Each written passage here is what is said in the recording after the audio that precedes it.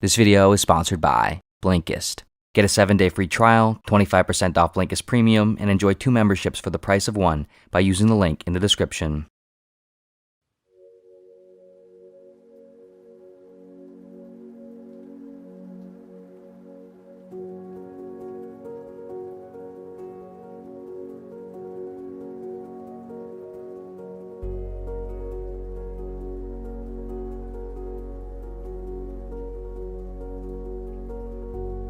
$13.8 billion years ago, there is, as far as we know, nothing.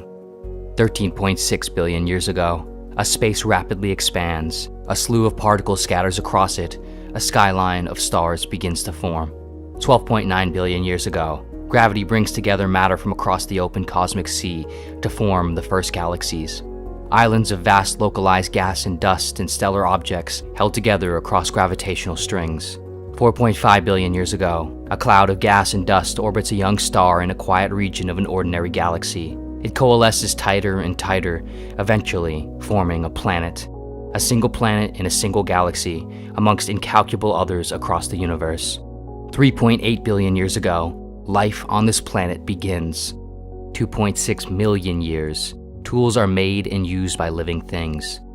150,000 years ago, language, abstract thinking, and the burgeoning of culture begins. On the scale of 1 minute, the entire history of modern humanity lasted roughly the last 8/10,000ths of a second. Put differently, if the entire history of the universe were compressed into 1 day, modern humanity wouldn't appear until after the last single second, a blink. And each of our individual lives take place within this second, lasting around 4/10,000ths of that fraction of a fraction of a fraction, and the universe has only just begun. Here we are, within this tiny infinitesimal moment of time, so tied up with it, with everything we are and everything we do. We think this sliver of something means everything, because to us it does, but to everything, we mean nothing. When referring to the pale blue dot photo taken by the Voyager 1 space probe showing Earth from a record distance away, Carl Sagan said, "On that, everyone you love, everyone you know, everyone you ever heard of, every human being who ever was, lived out their lives. The aggregate of our joy and suffering, thousands of confident religions, ideologies, and economic doctrines, every hunter and forager, every hero and coward, every creator and destroyer of civilization, every king and peasant, every superstar, every supreme leader, every saint and sinner in the history of our species lived there, on a mote of dust suspended in a sunbeam. Think of the rivers of blood spilled by all those generals and emperors so that, in glory and triumph, they could become the momentary masters of a fraction of a dot. Our posturings, our imagined self-importance, the delusion that we have some privileged position in the universe are challenged by this point of pale light. Our planet is a lonely speck in the great enveloping cosmic dark." One day, you appear on this planet. Soon the days turn into a flipbook, your life becoming an animated film containing everything you know and care about, everything you fear and dread. But what feels like a film to you will in fact be more like a single frame in an infinite film to everything else. You don't know how you got here, you don't know why you are here, you don't know how any of this really works or where any of it is going. No one does. And before you know it, you won't be here at all. No one will. Don't worry. Like the entire history of the universe before you, the entire future of it will be over before you know it as well.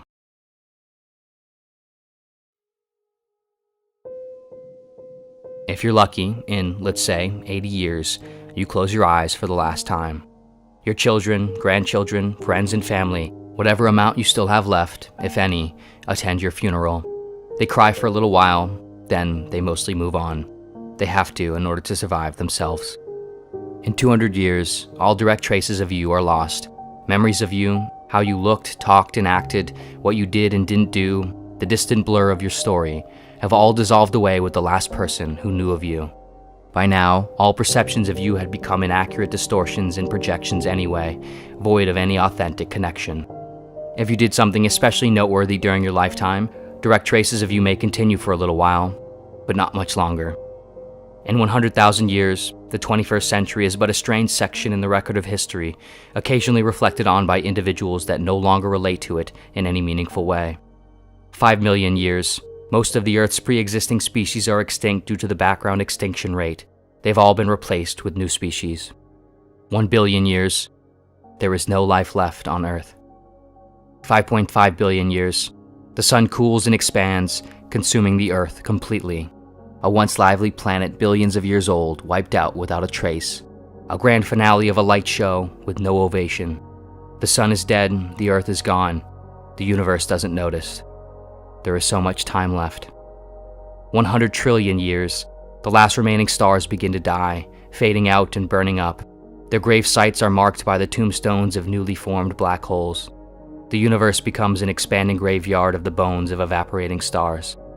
1 duodecillion. Black holes swallow all the remaining stray matter of the universe. They will soon be all that remains. We will be here a while. Most of the universe's lifetime is spent in these demented elderly years.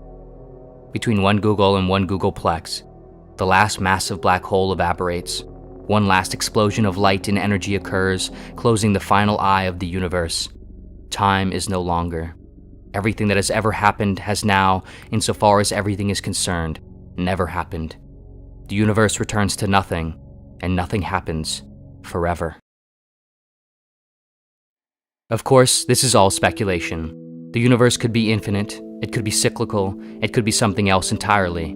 The story of the universe may have gone and may continue to go nearly an infinite number of different ways, most of which we likely can't even begin to imagine, let alone estimate and predict. What we can know, however, is that somehow we are here, a part of that story.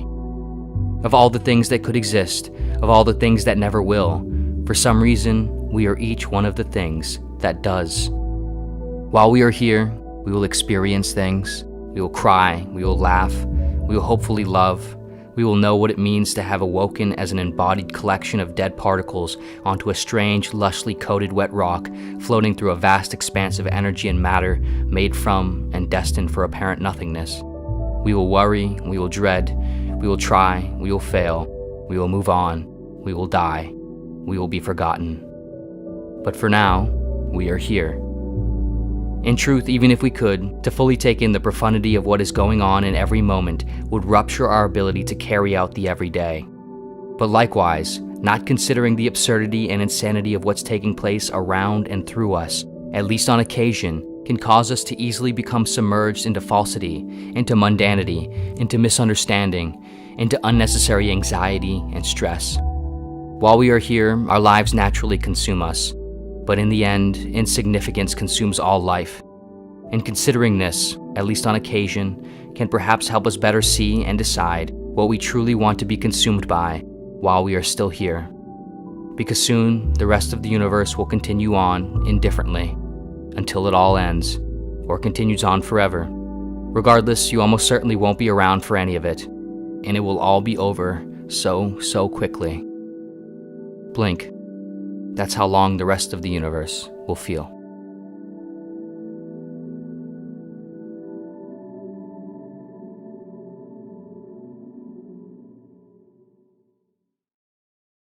This video was sponsored by Blinkist.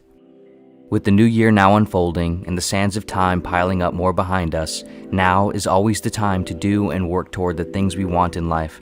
Regularly reading and learning is an essential component of this, of becoming who you are and understanding more about the world.